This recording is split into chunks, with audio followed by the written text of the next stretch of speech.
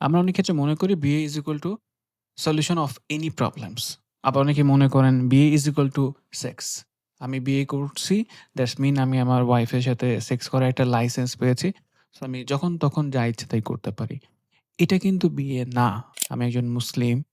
তো আমি চাই আমার সম্পর্কটা যাতে হালাল হয়। এই কারণে আমি আমার গার্লফ্রেন্ডকে বিয়ে করতে চাই অ্যাজ আর্লি অ্যাজ পসিবল। আপনি যদি ইসলামিক নিয়মে বিয়ে করতে চান, অ্যাপ্রিশিয়েট করি আমি।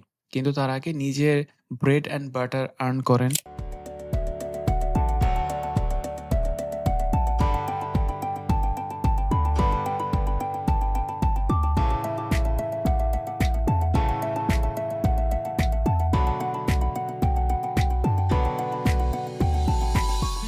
আমি এমন কিছু WhatsApp পাই বা Facebook পেজে ইনবক্সে এমন কিছু কথা শুনতে পাই। ইভেন আমার কাছে যারা চেম্বারে আসেন তারাও কেউ এমন কথা বলেন যে, "আমি ভাইয়া কোনো হারাম সম্পর্কে থাকতে চাই না। আমি একজন মুসলিম।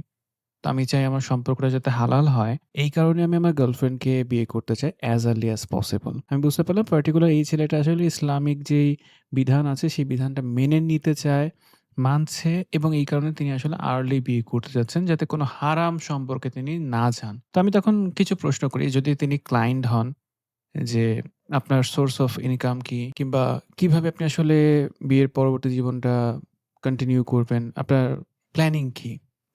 আমি খুব সারপ্রাইজ হই ক্লায়েন্টদের কাছ থেকে শুনে অথবা যিনি হোয়াটসঅ্যাপ করছেন, যতটুকু কনভারসেশন হয় বা অনেক সময় ভয়েস টেক্সটেও বলেন যে তার আসলে কোনো প্ল্যান নাই। ওই পার্টিকুলার ছেলেটা কোনো রকমই ইনকাম সোর্স নিয়ে ভাবছেন না। তার কোনো প্ল্যানিং নেই বিয়ের পরে কোথায় থাকবেন, কি করবেন, কিভাবে খাবেন। হয়তো ফ্যামিলির টাকা আছে, ফ্যামিলির টাকায় বউকে নিয়ে থাকবেন এমন কিছু প্ল্যানিং থাকতে পারে। বাট ইন জেনারেল বিয়ের পরে কোনো প্ল্যানিং নাই। আমি এই প্রশ্নটা করি বিয়ের পরে আপনার আসলে পারপাস কি থাকবে, রেসপনসিবিলিটিস কি থাকবে? কোনো আইডিয়া নেই। মানে লিটারালি কোনো আইডিয়া নেই।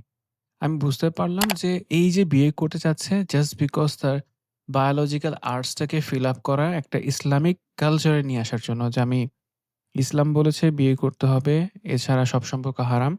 যেটাকে আমি অ্যাপ্রিশিয়েট করি অ্যাজ এ মুসলিম। কিন্তু এটাও সত্য যে আপনি তো ইসলামের বাকি নিয়ম বিধান কিছুই মানছেন না। লাইক ইসলাম বলেছে আপনাকে ফাইন্যান্সিয়ালি স্টেবল হতে। বিয়ে করাটা কিন্তু ফরজ না। যদি না আপনি ফাইন্যান্সিয়ালি কেপেবল থাকেন, আপনার আর্নিং ভালো আছে, আপনি আপনার ওয়াইফকে নিয়ে লাইফ কন্টিনিউ করতে পারবেন।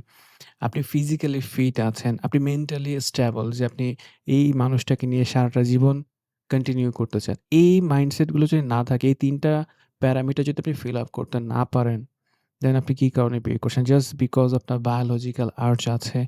জাস্ট বিকজ আপনি শুধু এই একটা নিয়ম জানেন যে হালাল এবং হারাম সম্পর্ক।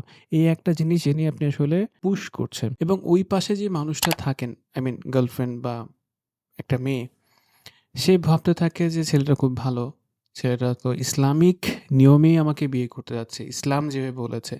ইসলাম অনেক কিছু বলেছে। ইসলামে একটা পূর্ণাঙ্গ জীবন বিধান আল্লাহ দিয়েছেন। শুধুমাত্র বিয়ে নিয়ে আল্লাহ বলেছেন তা না। আপনাকে ফ্যামিলির প্রতি রেসপনসিবিলিটি পালন করতে বলা হয়েছে। আপনার নিজের কিছু দায়িত্ব আছে। আপনি বিয়ের পর অন্য একটা মানুষের জন্য সকালে উঠতে পারবেন কিনা, আর্নিং করার জন্য বাহিরে যেতে পারবেন কিনা, আপনি বাজার করতে পারবেন কিনা, আপনার যখন বেবি হবে তাকে টেক কেয়ার করার মতো ওই ধৈর্য শক্তি আপনার আছে কিনা। আমরা অনেক ক্ষেত্রে মনে করি বিয়ে is equal to solution of any problems. আবার অনেকে মনে করেন বিয়ে ইজ ইকুয়াল টু সেক্স। আমি বিয়ে করছি, দ্যাটস মিন আমি আমার ওয়াইফের সাথে সেক্স করার একটা লাইসেন্স পেয়েছি। সো আমি যখন তখন যা ইচ্ছে তাই করতে পারি। এটা কিন্তু বিয়ে না। আমি কখনো কোনো ক্লায়েন্টকে বা যিনি WhatsApp করেন বা ইনবক্স করেন কখনো কাউকে বলি না যে আপনি বিয়ে করবেন না। আমি জাস্ট কিছু কোয়েশ্চেন করি যে কোয়েশ্চেনের অ্যান্সার গুলো আপনি যখন খুঁজে পাবেন বা আপনি বুঝবেন যে এই কোয়েশ্চেনের ভ্যালিড অ্যান্সার আপনার কাছে আছে then you should go for it. কথার প্রসঙ্গে চলে আসে। তাহলে ভাইয়া প্রেম করতে তো কোনো বাধা থাকছে না। বিয়ে করতে গেলে তো অনেক বাধা। বিয়ে তো অনেক কঠিন হয়ে যাচ্ছে। তাহলে তো মানুষ প্রেম করবে। বিয়ে তো আর করতে চাইবে না। আমি বলি, "হ্যাঁ, এটা তো হচ্ছে বর্তমানে। কিন্তু আপনি যদি ইসলামের পথে থাকতে চান, আপনি যদি বলেন যে আমাকে আল্লাহ যে জীবন বিধান দিয়েছেন আমি ওটার উপর চলতে চাই, দেন আপনাকে আসলে কষ্টটা করতেই হবে। আপনি যদি কষ্ট না করে মনে করেন আপনাকে গিফটস দেওয়া হবে অলওয়েজ যে জাস্ট গিফট আপনি বিয়ে করলেন। Just gift. পরের দিন দেখবেন যে আপনাদের সবকিছু একদম রোমান্টিক হচ্ছে বা হানিমুন ফেজ থাকছে। এরকমটা আসলে হয় না। আপনি যখন এই মাইন্ডসেট নিয়ে থাকবেন, আপনি দায়িত্ব নিচ্ছেন। আপনি দেখবেন যে আপনি আসলে ইন লং রানে একটা পিস বা একটা প্রশান্তি খুঁজে পাচ্ছেন। কিন্তু আপনি যদি মনে করেন যে আমি একটা হানিমুন ফেজে থাকবো, আমি ঘুরবো ফিরবো, যা ইচ্ছা তাই করবো, লিগ্যালাইজ করে নিচ্ছি, ইসলামিক নিয়মে চলছি। ইসলামে খুব সিম্পলিসিটি কথা বলা হয়েছে। চাকচিক্য, গ্লোরিফাই করা অথবা শো অফ করা। এটা কোনটাই কিন্তু ইসলামে বলা হয়নি। সো আপনি যদি ইসলামিক নিয়মে বিয়ে করতে চান, অ্যাপ্রিশিয়েট করি আমি। কিন্তু তার আগে নিজের ব্রেড অ্যান্ড বাটার আর্ন করেন। আপনার পার্টনারের জন্য ব্রেড অ্যান্ড বাটার আর্ন করার ক্যাপাবিলিটি গ্রো করেন। ফিজিক্যালি ফিট থাকেন, মেন্টালি ফিট থাকেন and then you should marry your partner.